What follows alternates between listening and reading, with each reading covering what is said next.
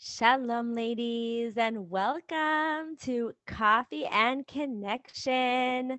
Let's see who's here. Esther. Hi, Esther.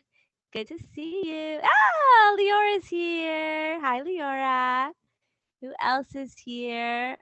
Oh, I see a bunch of people without their cameras on, but I see you, and I'm very happy to have you here. But if you don't have your camera on, I won't call out your name. Oh, Beth's here. Hey, Beth. Hi, Javi. How are you? Nice. Who else here? Let me put this in gallery view. Oh, Toby's here. Hi, Toby. And Chaya has no camera. Okay. Hi, Chaya. Great to see you. Wait, we'll get to have you here, even if I can't see you. And I see a lot of other amazing women here. Thank you for joining me. Thank you for connecting with me. Today, I'm actually having hot water and honey because my throat's a little coffee. Not coffee like coffee, my favorite drink. Coffee like I'm coughing a little bit. Okay, so today we are. Oh, good. Leora has her coffee. I love Leora's coffee maker. Oh, she's also having tea with honey, I bet. Leora makes really good coffee. Okay, so thank you, Toby. Be'ezrat Hashem soon. So today's topic is a big one. It's one that comes up so often in so many different ways, right? Women ask this type of question when it comes to so many different things, right? And I'll just give you all the examples so you can see all the different ways and all the different kind of ways we think that we're not trying to do it, but we are trying to do it. So I hear things like my husband never goes to shul, he doesn't daven, he's not the Talmud Chacham that he said he would be or that I thought he would be. My husband isn't healthy, he doesn't exercise, he doesn't eat healthy, he doesn't take his medication. My husband, the way he talks to the children is so horrible. It's so atrocious. My husband doesn't work hard enough. He doesn't earn enough money. What else? He doesn't buy me things. He doesn't take care of me. He doesn't bring enough. He doesn't make the Shabbos meals nice. He doesn't help around the house. I mean, we could go on and on, right? If anyone has any big ones they want to add in that they want to make sure I speak into. But these are like the big ones, right? And what happens, bless you, Esther, what happens is that we then want to fix it. We want to fix him. We want to teach him. We want to control him, right? But nobody ever thinks that they're trying to control their husband. They're trying to help him, fix him, teach him. Those are the big ones, right? So, so the question is, have you ever tried that? Have you tried to fix your husband? Have you tried to teach him? Have you tried to get him to do something or get him to not do something? Have you tried? Just put yes in the chat if you've ever tried. Okay. I know I get a little delay here when that happens. And then, yes, no, yes. Thank you, Beth. Yes, Javi. Thank you. Sure. Yes, says Leora. Amazing. Who else? Esther's nodding her head. Okay, we got some yups. Thank you, Yudit. Okay, awesome. Now, here's the next question. You ready? Has it helped? Has it actually gotten your husband? Has your husband been like, thank you for telling me? And even if he said, thank you for telling me, did anything actually change after you did that? No. No, in the long run. Makes it worse. He does what he needs to do. Yes, temporarily, he does what he needs to do. Okay. Sometimes works temporarily. Okay. Why doesn't it work? Why isn't it as simple as, and this is a frustrating thing. It happens with our teenagers also, but, I don't want to compare husbands to kids because they're definitely not the same. But why isn't it, right? I just had a client say to me in a message, like, why isn't it just so simple that like everyone do what they need to do? Like, isn't it just so easy? Why can't they just do what they need to do? Right? So Wouldn't that be so nice? Like, honey, don't you know that you need to do X, Y, and Z? Oh, yeah. And he would just do it. Wouldn't that be nice? Wouldn't it be nice if our kids just did what we told them to do? If everyone just followed the rules and listened to us all the time? Why not? Ruthie's laughing. I love this. So, why not? Why isn't it just like, oh yeah, great, thank you for telling me. Well, we can also do a little mirroring here, right? Remember the last time someone told you what to do? So thank you. Toby says nobody wants to be controlled. Do you remember the last time someone told you what to do? I have this one story I always tell. I actually just remembered it. I hadn't thought about it in so long. When there was definitely times in my life where I've struggled with davening, and I remember one time my husband looked at me at one point in the morning. He goes, "Oh, and I just have to preface this with like, I really wanted to get better at davening. Like every day, I'd be like, yeah, I'm gonna daven, and then I wouldn't get to, and I'd be so upset about it, and I'd make all these like promises to myself. Anyways, one day my husband says to me, Chana, did you daven today? And I said, no. And he's like, when's the last time you davened? Now, remember, he's my husband. He loves me. He wants to help me, right? In that moment, I remember feeling this so strongly. I wanted to pick up my sitter that I love and throw it across the room and never daven again. It doesn't matter how much I actually wanted to daven in that moment. And I should have been so happy that he reminded me. No, I was so upset that he said that.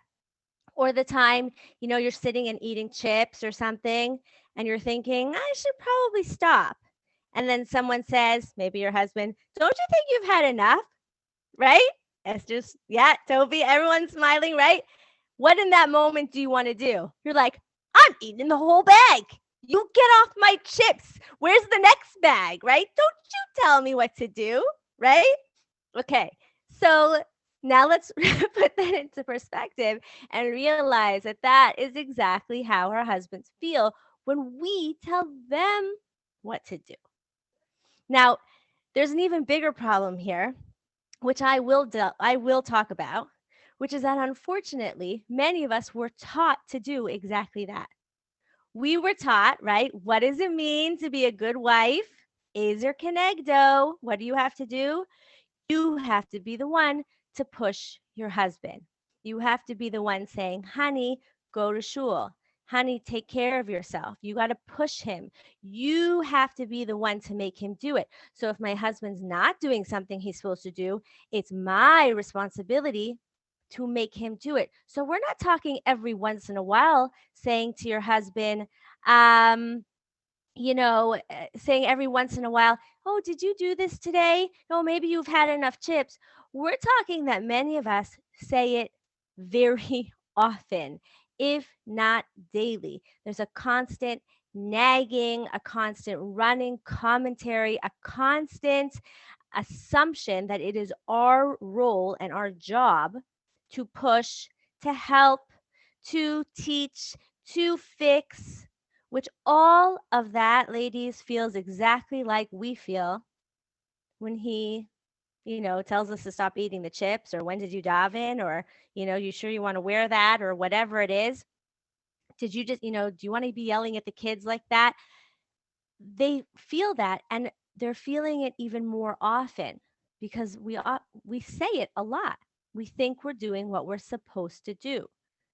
So what happens? Not only does nobody like to be told what to do, so you get that little kid shrugging his shoulder saying, "Don't tell me what to do." Right? And then we wonder, why are our husbands acting like little children that I have to tell him what to do?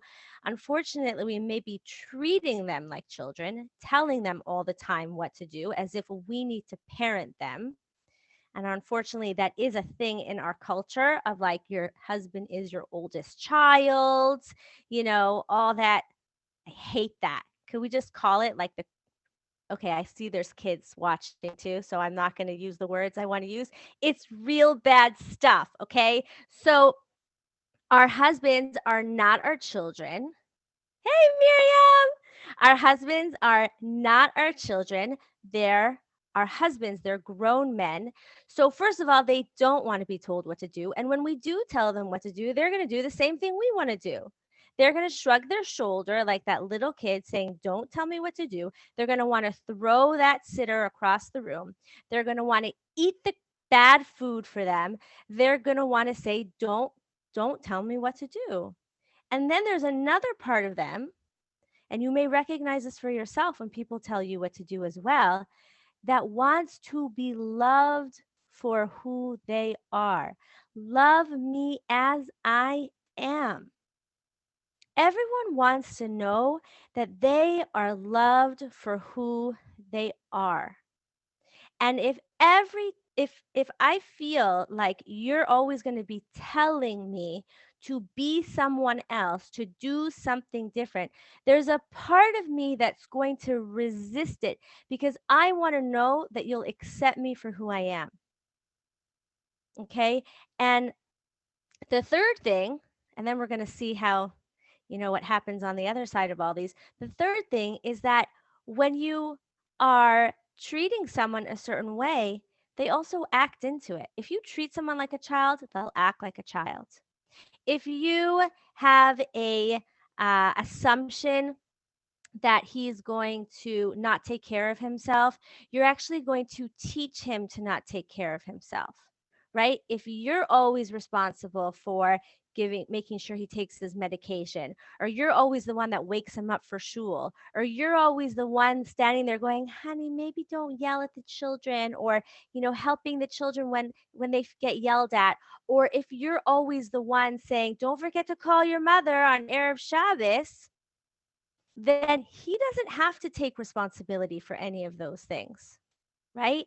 He knows he can rely on you to remind him. So what's the other side of all of this? When how can we actually how can we actually inspire him to step up and take care of himself? I know it sounds crazy, but just hear me out.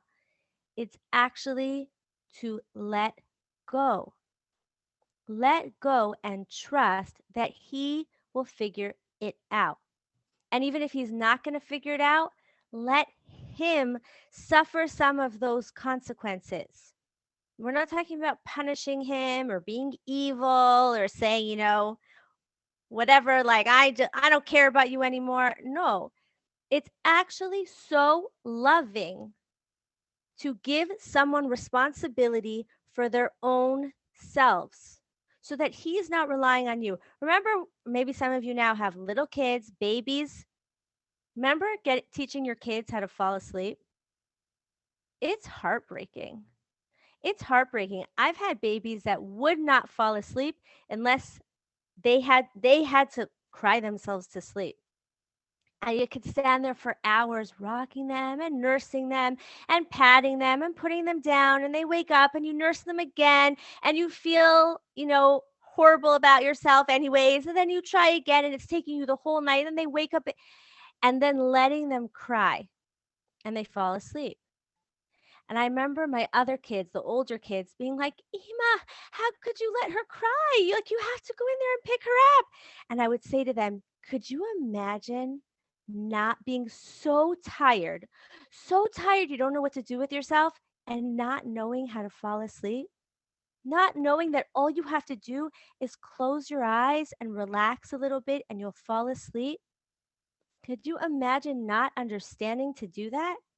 They don't know how to fall asleep. We have to teach them how to go to sleep, right? And you see sometimes the kids that you always put to sleep, they still need you to put them to sleep when they're like, I have an 11-year-old that still wants me to put her to sleep because she's always been put to sleep. And it's so hard for her to fall asleep on her own.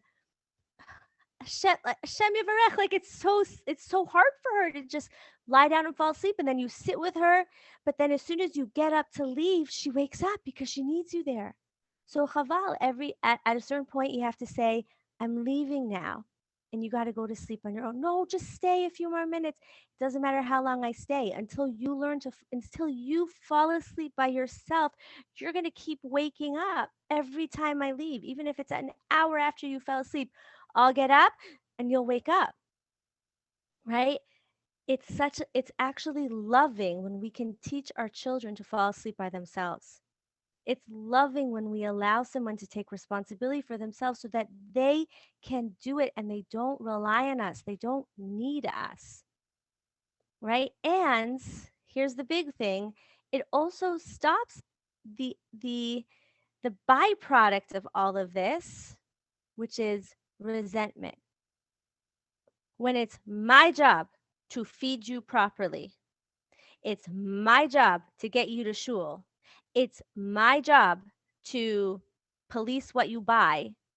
It's my job to make sure you, I don't know where your keys are in the morning. Then, first of all, as we said, you don't know how to take responsibility for any of those things. So you're like at a loss, right? I don't know where my keys are. I need you to find them for me. I don't know how to look for anything. Or I don't know how to take care of myself in the world. I need you to remind me what to do. But also, what ends up happening to us when we do that day after day after day, when we spend so much time cooking them healthy food and then we find out that they go to work and eat chocolate and drink soda all day. Or when we work so hard to, oh, I'll stay home with the kids and in a good way. We yeah, go to shul, go. And then we find out that, they're just sitting in the car and talking to someone, or they're, I don't know, they're not taking it seriously. How resentful do we feel, right? How resentful do we feel when we are doing so much? We're holding so much responsibility on our shoulders, and it's not, and they're not, and then in the end they're still not, it still doesn't work. Right? When I take care and make sure that he has a good relationship with the kids, and then he still goes and messes it up. Oh, I'm so I it's maddening, it's frustrating, it's resentment. And ladies, what is resentment to our marriages? It's poison. Thank you, Toby. It's poison. It's poison to our marriage. It kills it from the inside. It creates so much hostility, and that is where the resentment can stay for years and years and years to come. And then all of a sudden, no matter how good you've been trying to be and how, I'm just gonna be the Eshet Chayil, I'm gonna be the Ezer Kenegdo, we lose it. We lose it. We can't anymore. Women write to me. I, for years, took care of my husband. I cooked them healthy food. I killed myself to make 3 healthy meals a day. And then I find out they were eating whatever the heck they want out of the house. All that time I wasted. So if you can do it, if you want to make healthy food, you want to give them healthy options, and you're happy to do it, and you won't have resentment if he then goes and drinks the Coke, because at least he drank the Coke after a healthy meal. Gesundheit, go do it. It's great, right? But anything that's going to cause resentment, if it comes with a piece of control, like I'll make this healthy meal as long as you're going to be healthy the rest of the time. I'll stay home with the kids and take care of bedtime so you can go to shul and learn as long as you're going to become a Talmud Chacham, right? Any of that, well, in the end of the day, it's recognizing that you can't actually control it all. And again, let's remember, you're teaching him not to take responsibility himself. So what's the answer? Right? The answer is letting go. The answer is taking whatever weight you are wearing on your shoulder that you feel that you are the one controlling it. You are the one responsible for who he is as a Jew, who he is at work, what kind of son he is, what kind of father he is. Take off that heavy weight and give it back to him. Take it off, and then breathe and move and like feel good, right? because you can only do you. You can only be you. And anything you are actually accomplishing, you are paying for in pain and resentment, and it's an ongoing battle. So, how do you inspire them? Again, contrary to what you may think, you inspire them by letting go. You inspire them by saying, you know what? You got this. And if you don't got it, you'll have to figure it out because me taking responsibility is not serving anyone. It doesn't serve him, it doesn't serve you, it doesn't serve anyone. Okay, so there's some questions. I'm going to go ahead and look at the questions in the chat. Do. Okay. Do. Yes, men do not want to be bossed around. By the way, I've heard that the number one reason that is given for why there's a divorce, like for divorce, one of the big ones, if not the top one, I don't know, is nagging. Is nagging. Okay. So, what do you do? I think this was actually one of the questions. What do you do if, like, there is something you need to tell him, something he may not realize, something he may not know? Well, what's the opposite of nagging? Nagging is saying it again and again and again and again and again and again. The opposite would be to say it once. Once. Say it once. And then let it go. Trust that either he heard it and it didn't work for him, or like he doesn't want to do it that way. Remember also, different doesn't make it wrong. He may be choosing to do it differently than how you think he should do it. That doesn't mean that it's wrong. Okay? Okay, so let me just go back to the questions. He doesn't want to be married to his mother. That's right. Men do not, thank you, Esther. Men do not want to be married to their mothers. They're not sexually attracted to their mothers. We don't want to be our husband's mothers, right? Okay. There's a difference in controlling, bossing them around, and asking your partner to participate in and help with what's going on in the home. Why does it have to be a control thing, not to nag? So again, that's where you could express a desire or express one time something that you like.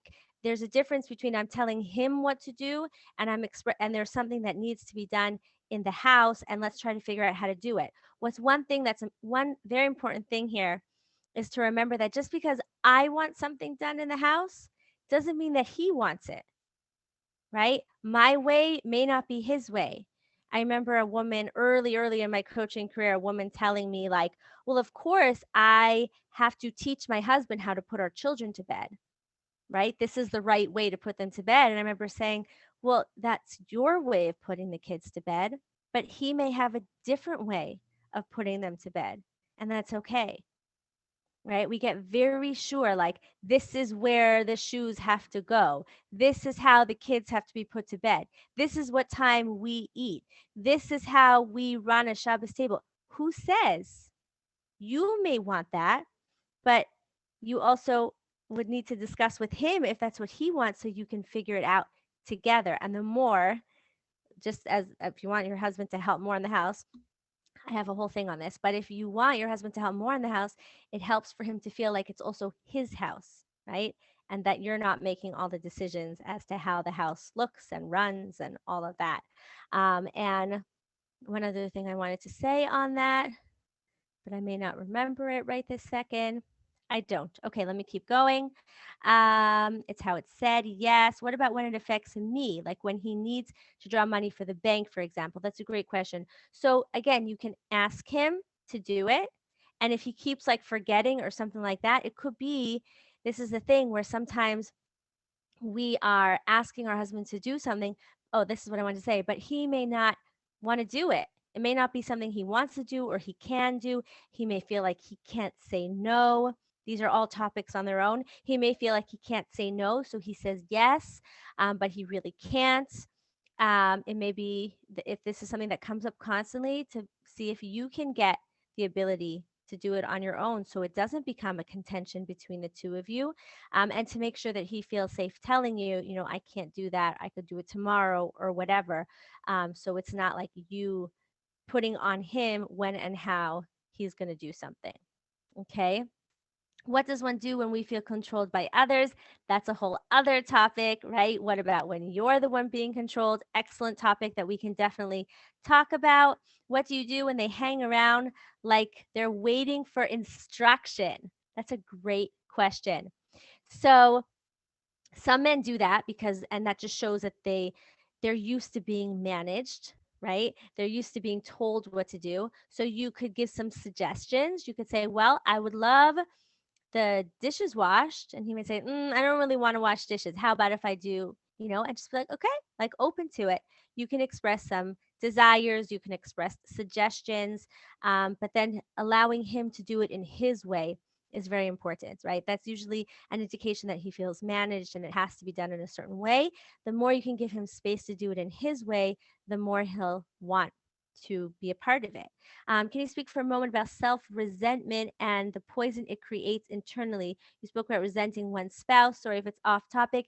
Yeah, it is a different topic, so I don't have time to talk about it right now. But I would just say quickly that resentment of anything is a problem. So, how do we let go of resentment? Is basically accepting what was and then choosing what we're going to do moving forward, choosing to live in the present. Okay. So deciding, okay, that's what was, I'm going to accept it. And now who am I going to choose to be moving forward right now? Okay. What if they feel they are not as careful with things like sanitizing during COVID? Yeah, that's a big one. That's a hard one. Um, because different people have different ways of handling it. How much do people, it is something where you could lightly, lightly say, please don't forget to wash your hands, right? There's a difference between wash your hands and like, did you wash your hands, right? I want to give you a hug, but first you'd have to, I'd like you to wash your hands.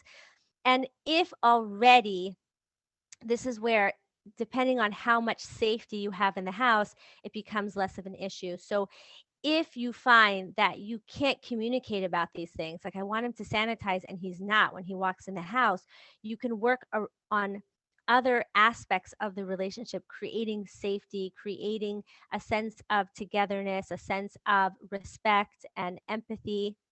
And then it becomes easier to ask for specific things that are really important to you, right? And then you can be vulnerable, right? I'm really, it makes me nervous when you walk in the house and you don't put sanitizer in your hand. Would you do that for me? And express it in a vulnerable way. Okay. Awesome. Great questions, everyone. Thank you to everyone who showed up and participated, and whoever I got to see your beautiful faces. Devoiri, that's your name. So great to see you. Thank you for changing your name so I could say hi to you. Yay. Okay, great. It's always good to see you. Amazing. Thank you, everyone. I look forward to seeing you again next week. And until then, may we all be blessed to live, love, and be loved with all our hearts. Goodbye for now.